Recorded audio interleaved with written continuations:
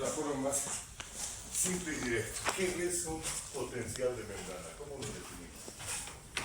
Se llama potencial de membrana a la diferente distribución de cargas eléctricas a ambos lados de una membrana celular.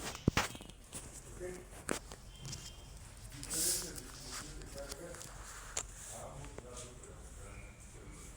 Si ustedes se fijan en el contenido iónico de nuestro líquido extracelular y nuestro líquido intracelular, nos vamos a dar cuenta de que tanto fuera de la célula como dentro de la célula hay cargas positivas y hay cargas negativas. ¿Cómo se llaman a las cargas positivas en general? ¿Perdón? A las positivas. Cationes. ¿Cómo se llaman a las cargas negativas? Aniones. Entonces hay cationes y hay aniones de líquido extracelular y esas moléculas habitualmente están distribuidas molecularmente. ¿Qué significa? Que hay tantas cargas positivas como cargas negativas. Por lo tanto, positivos y negativos se neutralizan y esa parte no tiene carga eléctrica neta. ¿Está claro ese punto? En el líquido intracelular, ¿cómo es la cosa? La cosa es exactamente igual. Existen cargas positivas y negativas y están distribuidas aquí molecularmente pues, de tal manera que el líquido intracelular en general también es electroneutro. Entonces, ¿de qué estamos hablando cuando decimos diferente distribución de cargas eléctricas a ambos lados de la membrana? Resulta que en un espacio muy próximo a la membrana celular se acumulan cargas positivas en el lado externo de la membrana y se acumulan cargas negativas en el lado interno de la membrana, de una manera excesiva. Por lo tanto, hay un exceso de cargas positivas afuera y un exceso de cargas negativas adentro. ¿Cómo se puede evidenciar este hecho? Utilizando un aparatito que probablemente todos hayan utilizado alguna vez, los voltímetros o los multímetros. Multímetros son más conocidos, ¿cierto? Un multímetro, ¿qué es? Es un aparato que mide diferentes características eléctricas. Voltaje, amperaje, resistencia, voltaje continuo, corriente alterna, etc.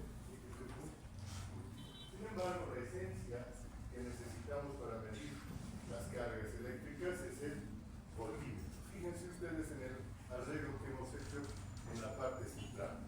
Se ha conectado dos electrodos a un voltímetro. Uno de estos electrodos se ha localizado por fuera de la célula, en el líquido extracelular, muy próximo a la membrana celular, y otro se va introducido dentro de la célula, también a una distancia muy próxima de la membrana. Y cuando se hace eso, la carga eléctrica del voltímetro, que era cero, tenía una carga previa, entonces entra la aguja del electrodo y aparece una diferencia de carga. Fíjense entonces en el gráfico del extremo inferior derecho, aparece una diferencia de carga y es menos 60. Menos 60 es una cantidad arbitraria, podría ser otra. Lo simpático es que mientras esta célula se mantenga viable, vamos a decir, esté viva, esa carga eléctrica se va a mantener. Entonces es un buen indicador de que una célula está viva, el que conserve su carga eléctrica, que conserve su potencial de membrana. ¿Qué células tienen esa distribución tan particular de cargas eléctricas? ¿Cuáles? ¿No? ¿No? Ninguna idea. No, ¿qué células tienen esto? Todas las células del cuerpo. Todas nuestras células tienen eso y es una característica del estar vivas. Cuando se mueren las células dejan de tener su potencial de membrana. Las neuronas, por estar vivas, también tienen un potencial de membrana. Sin embargo, en las neuronas y en las fibras musculares, el potencial potencial de membrana no se llama potencial de membrana siempre. En realidad lo vamos a llamar potencial de reposo. Potencial de reposo porque estos dos tejidos, el tejido nervioso y el tejido muscular, son tejidos que pueden cambiar el valor de su potencial de membrana. Mientras que el resto de las células del organismo no lo pueden hacer, es fijo. Un nucleoeritrocito que de repente ni siquiera lo considera una verdadera célula, no tiene núcleo, tiene su potencial de membrana, pero no lo puede cambiar, es fijo. Igual una célula hepática que cualquier otra célula, pero el tejido nervioso, todas las neuronas, y el tejido muscular, todas las variedades del tejido muscular, pueden cambiar el valor de su potencial de membrana. Y entonces, para ser más específico, se les aplica a estos tejidos que se los llama excitables el nombre de potencial de reposo, para diferenciarlo de los otros valores de potencial que pueden adquirir.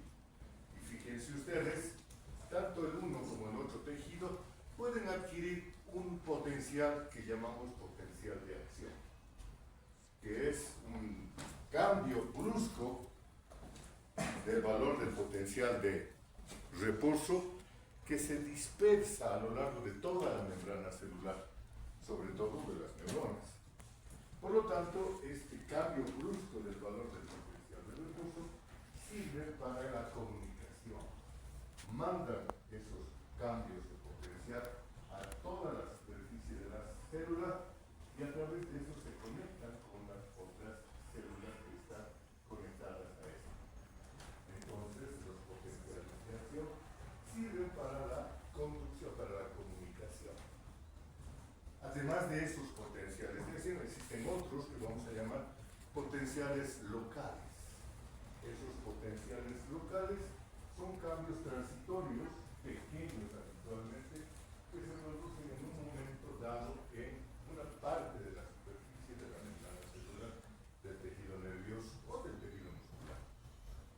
Esos potenciales locales, cuando están localizados en lugares específicos de comunicación entre las neuronas, llamados sinapsis, sirven también para la comunicación. Sirven para transmitir modificaciones en el potencial de la siguiente célula. Entonces, fíjense, el tejido excitable o los tejidos excitables, al poder cambiar sus potenciales, se hacen bastante complicados e interesantes de comprender por qué se producen esos cambios.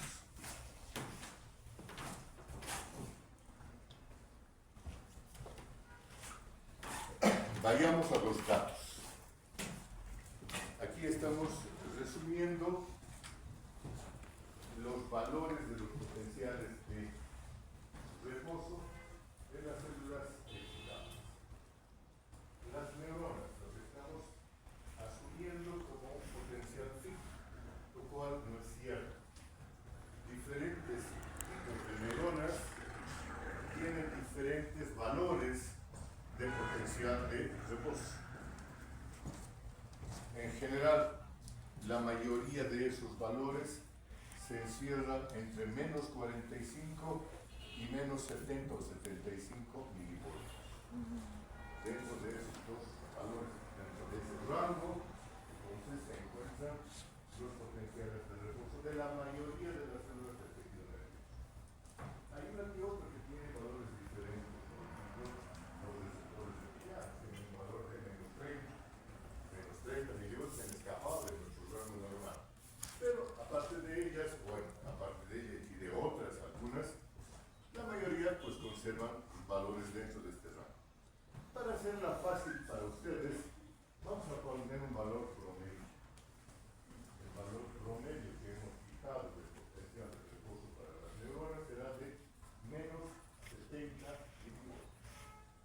Entonces vamos a aceptar como si fuera verdad que ese es el valor unitario del potencial de reposo de todas las neuronas, sabiendo todos nosotros de que eso es solamente una aproximación, porque los rangos cambian, los valores se pueden ajustar un poco más aquí, un poco más allá. ¿Qué pasa con las fibras musculares?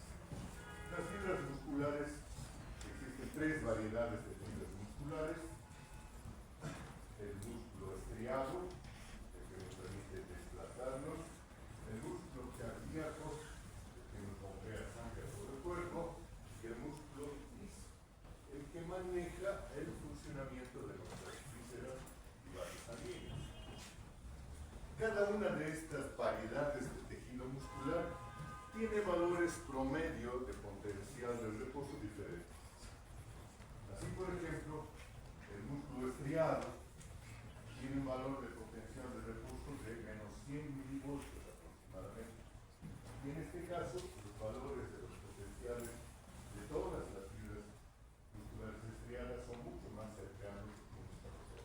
No hay tal variedad como las de ¿okay?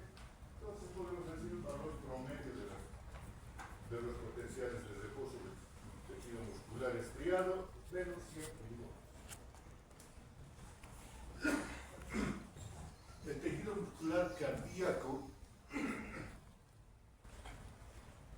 tiene un valor de potencial de reposo muy parecido al de este. Ustedes recuerdan el músculo cardíaco, está constituido por fibras conectadas las unas con las otras, formando un. Vamos, es así. ¿Bien? Assim, sim. Un principio. Sim, sim. Eso. Sim, sim. Una red. Entonces es una red comunicada de las unas con las otras fibras y por lo tanto todas ellas tienen que conservar prácticamente el mismo valor de potencial de reposo, menos 90 milivoltios. ¿Okay? Por otro lado, las fibras musculares lisas están dispersas en diferentes estructuras, por ejemplo, el tubo digestivo, por ejemplo, las vías urinarias, por ejemplo, el interior de los vasos sanguíneos, etcétera, etcétera, etcétera. Tienen valores un poco más dispersos, una mayor variabilidad, de acuerdo a su localización y función. Pero en promedio las vamos a situar alrededor de menos 50 milivoltios. Entonces, nos quedamos claramente con valores fijos y diferenciados. Tejido muscular estriado, menos 100. Tejido muscular cardíaco, tejido muscular liso, neuronas. Perfecto. Entonces nos quedan claros estos que nos van a servir como valores de referencia. Fíjense ustedes, en todas las gráficas que hemos presentado, estamos presentando un cambio en el valor del potencial de reposo. Para que no nos perdamos, ustedes fíjense acá en esta gráfica. Esta es la gráfica de una membrana neuronal. Lo que nosotros estamos marcando no es todo esto, es solamente este punto. No se hace así. Este punto, no hay que tocarlo, es muy sencillo. Menos 70 milivoltios, constante. Esta variación que se puede dar para el tejido muscular liso, cuando estamos hablando de 1950, estamos hablando de esta línea horizontal, cortita, pequeñita, o esta otra, y lo propio ocurre con el tejido cardíaco o el músculo estriado. Es ese valor fijo y constante. ¿De acuerdo? No piensen que es la variación que vamos a ver, que esos son sus potenciales de acción. No iba a ser bonito que les presente una rayita nada más, ¿no es cierto? Para hacerlo más atractivo al gráfico, hemos incluido los potenciales de acción, pero quiero destacar que el valor del potencial de reposo no es nada más que esa insignificante línea horizontal antes del potencial de acción. ¿Vamos? Ok.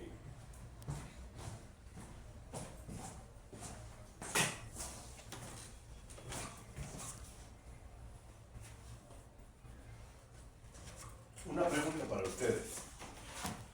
Si las cargas eléctricas acumuladas fuera de la membrana son positivas y las cargas eléctricas acumuladas dentro de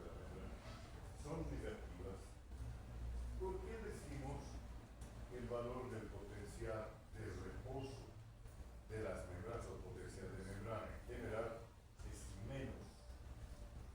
Menos tanto, menos 40, menos 50, menos 80, menos 70, menos 100. ¿Por qué le ponemos la carga menos? ¿Por qué no le ponemos la carga más? O para ser más justos, más o menos.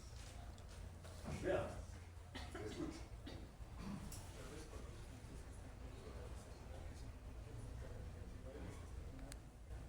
Sí, pero ¿por qué ponemos menos? No ponemos más. ¿Quién diga que existe tanta carga negativa dentro como carga positiva afuera? No hay una diferencia transmembranal. Las cargas positivas que se acumulan afuera son iguales a las cargas negativas que se acumulan dentro. Entonces, decimos menos.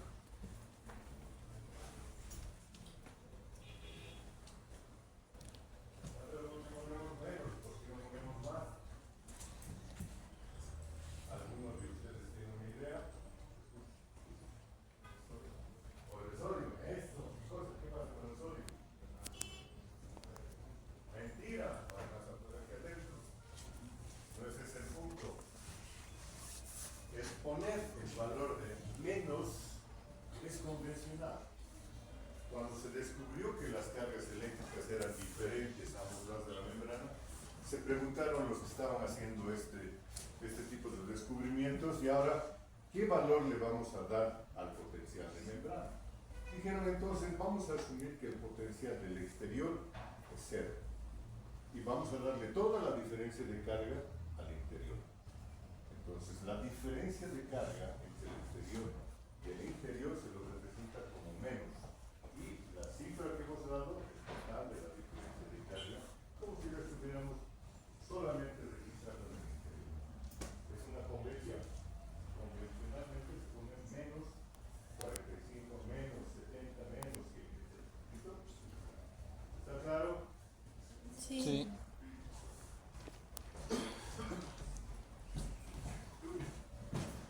Bien, hasta ahora son nuestras generalidades. Veamos cómo se genera ese potencial de membrana. Antes de meternos a estudiar cómo se genera el potencial de membrana o de reposo en este caso, debemos hacer un recuerdo de la distribución de las cargas iónicas a ambos lados de la membrana. En una tablita que ustedes van a ver aquí en el lado izquierdo de la gráfica, tenemos registradas una serie de sustancias, algunas con carga eléctrica, los iones, y otras sin carga eléctrica, las sustancias no iónicas. Las sustancias no iónicas no nos interesan en absoluto, no generan carga eléctrica, por lo tanto, no intervienen dentro de la aparición del potencial de reposo. Las que sí nos interesan son las sustancias con carga eléctrica, y hasta aquí las tenemos: sodio, potasio, cloro, bicarbonato, calcio, magnesio, sulfato, fosfatos. De estas, ¿cuáles son las que nos interesan específicamente? Las que están en mayor concentración. ¿Cuáles son las que están en mayor concentración? En el líquido extracelular, pues obviamente el sodio y el cloro. Cloruro de sodio, estamos embebidos en sal. Y en el líquido intracelular, el potasio y los proteinatos. Los proteinatos que van a tener carga negativa. Cuando contabilizamos la distribución de estas cargas positivas y negativas afuera, o las cargas positivas y negativas adentro de la célula, vemos que hay tantas cargas positivas como cargas negativas, lo que dijimos a un principio. Hay la misma cantidad de moléculas de sodio que de cloro. Y en el interior hay la misma cantidad de moléculas de potasio que de proteinato con carga eléctrica negativa. Por lo tanto, las cargas positivas y negativas se neutralizan, y aquí no tiene carga eléctrica neta, mientras que en el interior, si bien la composición es diferente, ocurre lo mismo: las cargas positivas y negativas se neutralizan y no hay una carga eléctrica neta. Por lo tanto, en los líquidos extra e intracelular no hay carga eléctrica. Pero ocurre que aquí, a ambos lados de la membrana, se están acumulando excesos de cargas. Veamos cómo se produce esto. Para eso,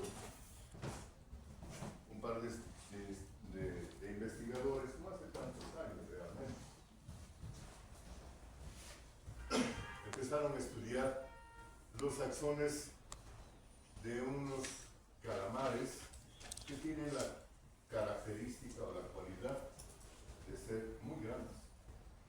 Se les llama axones gigantes de capa.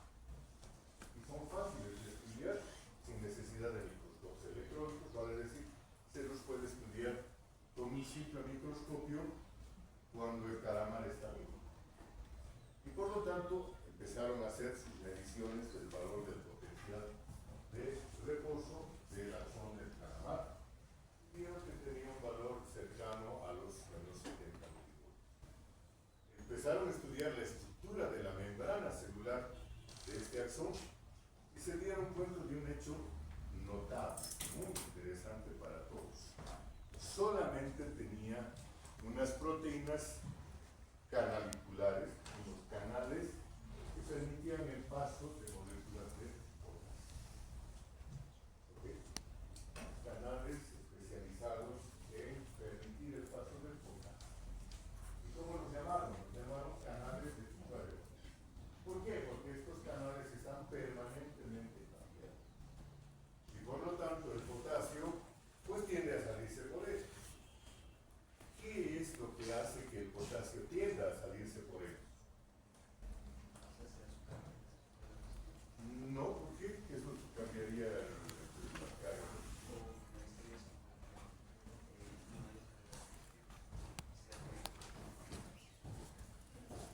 Se fijan, la concentración del potasio en el líquido intracelular es mucho mayor que la concentración del potasio en el líquido extracelular. Vale decir 140 miliequivalentes o milimoles, como ustedes prefieran considerarlos, versus 4 miliequivalentes o milimoles. Hay una diferencia que nosotros llamamos un gradiente de concentración. Está más concentrado en un lado que en el otro lado. Por las leyes de la difusión, si hay un gradiente de concentración y la membrana es permeable a esa sustancia, ¿qué va a hacer esa sustancia? Va a difundir, por supuesto, empujada por la presión de las moléculas del lugar donde hay mayor concentración. Entonces, el gradiente de concentración, si la membrana es permeable a esa sustancia, empuja las sustancias a través de la membrana y la saca. ¿Saben cuál es el propósito de este proceso? ¿Cuál es el propósito? ¿Para qué la saca? Para que la concentración a ambos lados de la membrana sea la misma. ¿Cierto? ¿Estamos claros? Están durmiendo, los de atrás ya están durmiendo. Entonces, según las leyes de la difusión, tendría que salirse el potasio la cantidad suficiente hasta que la concentración afuera sea la misma que la concentración adentro. Si pudiéramos cuantificar cuál debería ser en teoría la concentración promedio de potasio a ambos lados de la membrana, si solamente funcionara el gradiente de concentración, ¿cuánto lo pondrían ustedes? 140 más 4, 144 entre 2, 72. Ese debería ser entonces la concentración de potasio fuera y dentro de las células y ¡pum! No va a haber más movimiento de potasio porque cada molécula de potasio que salga está contrarrestada por otra molécula de potasio y van a mantener ese valor promedio indefinidamente. Pero resulta que el potasio tiene carga eléctrica. Y cuando sale el potasio del líquido intracelular al extracelular, arrastra su carga eléctrica. Y esa carga eléctrica no es compensada con la aparición de ninguna carga negativa dentro. Por lo tanto, cada vez que se sale una molécula de potasio afuera, genera una carga positiva afuera y deja un exceso de carga negativa adentro. Porque el proteinato no se puede mover. Los iones negativos están conectados a moléculas muy grandes que no se mueven, por lo tanto quedan estáticos, pero sí cuentan como carga negativa. Empieza a hacerse negativo el interior y positivo el exterior.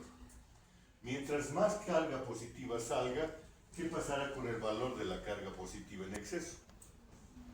Va a aumentar, va a ir aumentando. Y eso va a generar alguna diferencia de cargas. Sí, señor, se van a acumular positivas afuera y negativas adentro. Se va a generar un gradiente eléctrico. Al haber cargas en exceso positivas afuera y en exceso negativas adentro, va a haber una otra fuerza que va a tender a hacer algo. ¿Qué va a tender a hacer esta fuerza? La fuerza del gradiente eléctrico.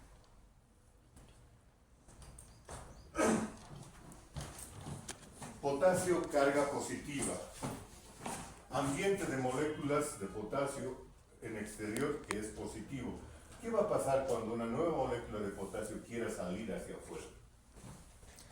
Cargas del mismo signo se repelen, bendito sea Dios. Y cargas de signo opuesto, todos felices, ¿no es cierto?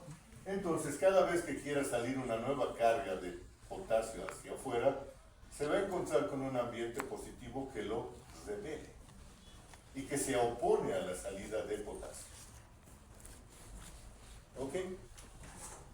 Considerando este otro gradiente que ha aparecido, ¿hasta cuándo se va a producir movimiento de iones potasio a través de la membrana?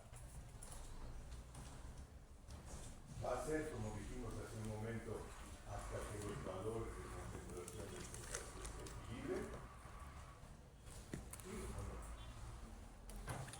No, no va a ser así, porque ha aparecido una nueva fuerza, el gradiente eléctrico, que se opone al movimiento de iones potasio a través de la membrana y combate al gradiente de concentración.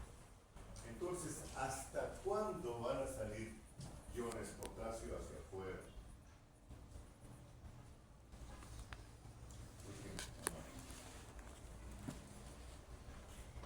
¿Hasta cuándo? ¿Para siempre? No es así. Tú, por favor, otro periodista.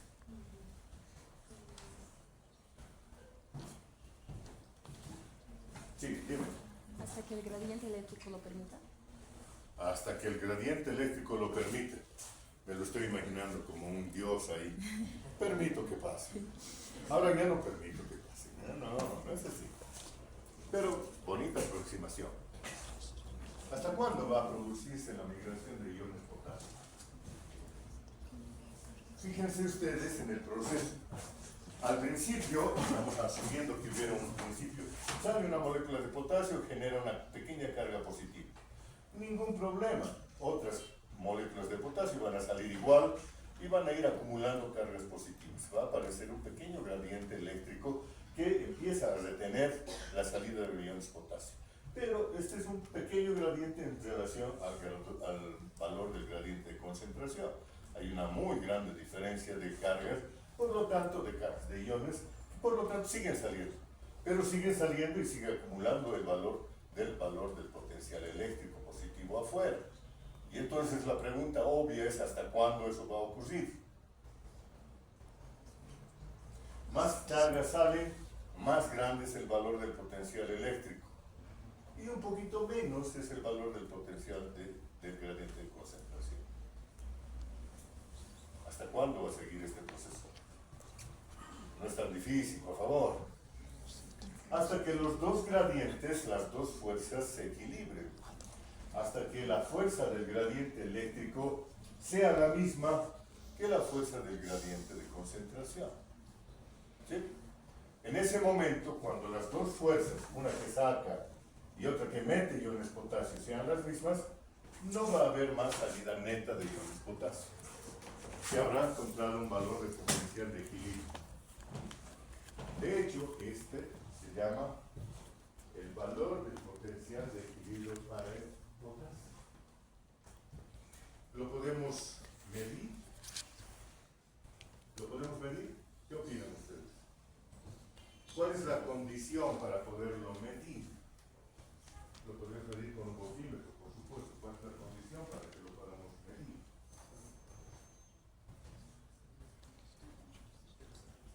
Sí, por supuesto que se vivo el calamar, porque si se murió ya no hay. Pero otras condiciones.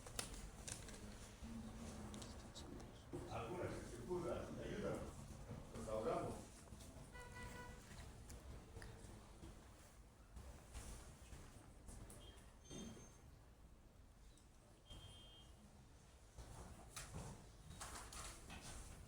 Que este cambio sea estable, permanente, que no se modifique. ¿Ok?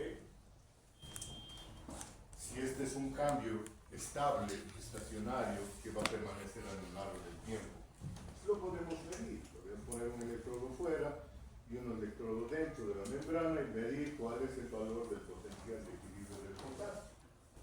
Y eso es justamente lo que hicieron. Lo midieron. Pero ¿cuál es el valor? Ahí nos quedamos. Otro señor, se lo presento, Walter Nernst, un físico suizo creo que, se dio el trabajo de hacer una serie de cálculos y de deducciones para generar una fórmula que nos permite calcular el valor del potencial de equilibrio iónico en las membranas celulares. Él trabajaba en otra área, no trabajaba en la biología, pero se dio cuenta de que la fórmula que él había encontrado se aplicaba perfectamente a las membranas celulares y por lo tanto tenía aplicación biológica. Y él generó lo que llamamos la ecuación potencial. No se asusten, por favor, con la cantidad de letritas raras. Aquí están los elementos de la ecuación de Nernst. La constante general de los gases representada con R, la temperatura absoluta en grados Kelvin, dividido entre el Z, que es la carga iónica del ion del que estamos hablando, en este caso positiva para el potasio, y la constante de Faraday, por el logaritmo en base natural de la concentración del ion por fuera, dividido entre la concentración del ion por dentro. Para las condiciones biológicas de nuestra temperatura 37 grados, nuestra composición iónica es relativamente constante y el resto de las otras variables, la constante general de los gases a la presión atmosférica de 760 libras de mercurio, etc., se puede reducir todo esto a una ecuación tan simple como esta. El valor del potencial de equilibrio iónico es igual a 61.5, en realidad es más o menos 61.5, por el logaritmo de la concentración del ion fuera de la célula dividido entre la concentración del ion dentro de la célula. Out, in. ¿Ok? Fuera, exterior, lo que ustedes quieran ponerle, el concepto tiene que ser claro. ¿Está claro ahí? ¿Hasta ahí están siguiéndome? Y entonces, ¿por qué no aplicamos esta ecuación al potasio y sus concentraciones? Aquí está lo que quedaría la ecuación del potasio, del equilibrio iónico del potasio, 61.5 por el logaritmo de la diferencia entre el potasio del líquido extracelular dividido entre el potasio del líquido intracelular. Cambiamos valores, 140 abajo, 4 arriba, hacemos la división, nos sale 0.0285. La división de 4 entre 140. Saquen ahora sí sus calculadoras y los que están grabando dejen de grabar, vean. Utilice la calculadora. Voy a sugerir que te vuelvas estudiante, ya, no es reportero. Creo que gracias a ti vamos a suspender esto. Muy bien, entonces el logaritmo de 0.0285 es menos 1.54. Multipliquemos eso por el valor de la constante que habíamos encontrado, 61.5. El potasio es menos 94 milivolts. ¿Qué significa esto?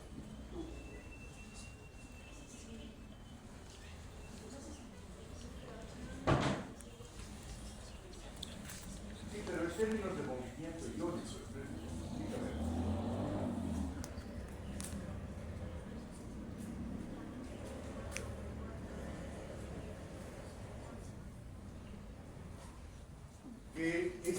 valor del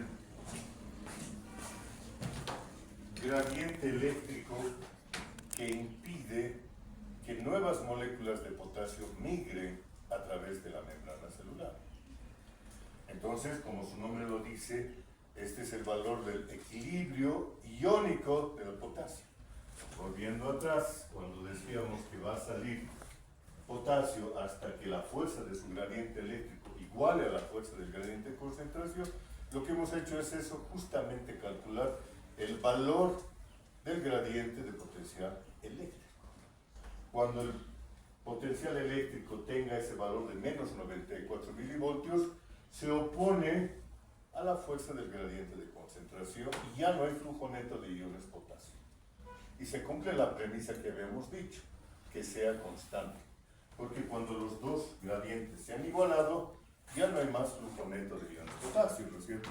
Y por lo tanto ese valor de potencial de equilibrio se va a mantener. ¿Está claro? ¿Sí? Y ahora eso qué tiene que ver con el valor del potencial de membrana o de reposo. Ese es el valor del potencial de reposo. ¿Qué opinas? ¿Sí o no? No, ¿por qué no? ¿Por qué no? Vamos, rápido.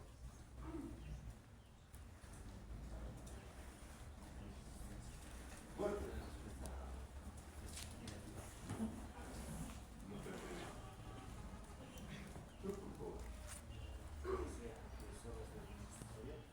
te estamos hablando de... Exactamente. Solamente estamos hablando de 1 millón. Pero resulta que en el índice celular hay variaciones y en el índice celular no están, ¿cierto? Y esos otros iones, ¿acaso no cuentan? Evidentemente, si no tuvieran canales a través de los cuales se mueven esos iones, este sería el valor del potencial de reposo de la membrana del axón gigante del calamar. Pero si la membrana tuviera canales permeables a otros iones, entonces no sería el valor del potencial de la membrana, solamente sería el valor del potencial de equilibrio del potasio. ¿Sí? ¿Está claro? Entonces vamos a ver qué es lo que ocurre en este caso. Dicho sea de paso, cuando midieron en los calamares el valor del potencial del potasio, el valor del potencial de equilibrio del potasio, lo que encontraron fue una cifra muy parecida a esta. Entonces, para el calamar, para el axón del calamar, evidentemente, al solo tener canales de potasio, este es el valor del potencial de reposo de esa fibra. Pero, para el resto de las células de nuestro organismo, que no solamente tienen canales de fuga de potasio, sino que también tienen canales de fuga de sodio y canales de fuga de cloro, la situación no es verdad, ya no se aplica esto a esta nueva estructura. Pero no faltó quien dijo, vamos a trabajar con la ecuación de Nelson, vamos a incluir entonces a los otros iones. Y aquí el señor Goldman, no sé si amado o odiado por todos, nos generó esta pequeña fórmula del valor del potencial de equilibrio del potasio, del sodio y del cloro es igual a 61 por el logaritmo de ese chorizo que viene. Veamos ese chorizo. Toma en cuenta a 3 iones. Toma en cuenta el sodio, toma en cuenta el potasio y toma en cuenta el cloro.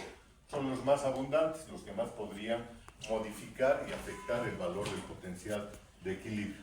Bien, además de sus concentraciones en el exterior y en el interior, en el exterior y en el interior, y en el interior y en el exterior para el ion electronegativo, el cloro, no se olviden que la Z era el valor del potencial de la carga eléctrica del ion, y en este caso, para que se lo puedan meter en una misma fórmula, se ha invertido esto para poner todos por igual. Entonces, exterior de sodio, exterior de potasio e interior del cloro.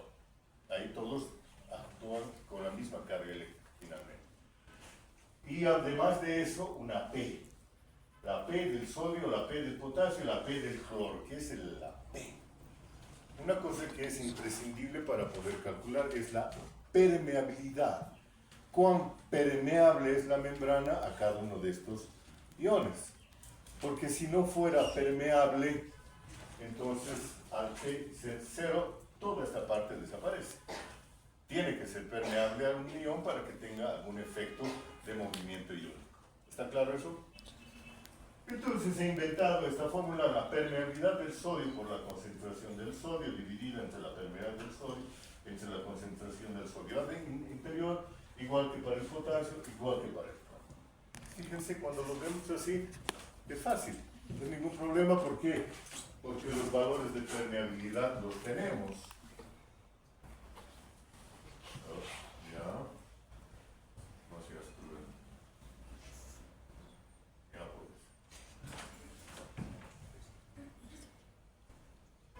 puedes. Aquí están los valores de permeabilidad de esos tres iones. Sodio, 142 afuera, 10 adentro. Potasio, 4 afuera, 140 adentro, ya lo sabíamos. Y cloro, 103 afuera y 4 adentro. Tenemos los valores de concentración. ¿Qué necesitamos saber? Los valores de permeabilidad. Bueno, aquí abajo está medio entreverado, no sé por qué. No está escrito así. Están los valores de permeabilidad para el potasio, que resulta ser el valor de referencia, al cual le han dado un valor 1.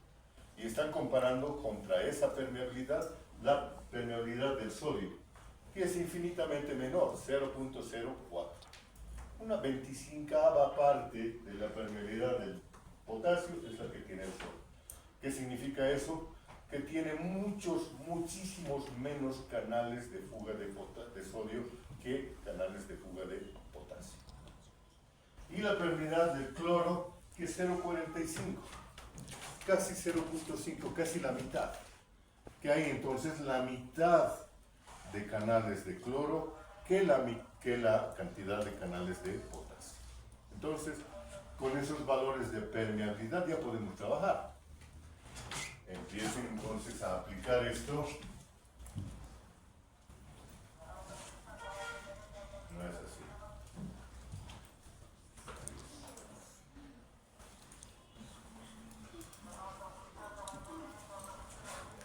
Se hace un chorizo largo, como ustedes verán. No les voy a obligar a hacerlo en este momento, pero lo van a tener que hacer en algún momento del día. Valores, la fórmula arriba, los valores numéricos a continuación. El 0.04 de permeabilidad para el sodio por 142 sobre 0.04 sobre 10. Para el potasio, 1, habíamos dicho permeabilidad, por 4 su concentración en el líquido celular, sobre 1 por 140. Y del cloro, 0.45 por 4 su concentración en el líquido intracelular, sobre 0.45 por 103 concentración en el líquido extracelular. El resto es trabajo matemático de sumar, restar, multiplicar, dividir, y nos sale un valor de 0.06147. ¿Cuál es el logaritmo de eso?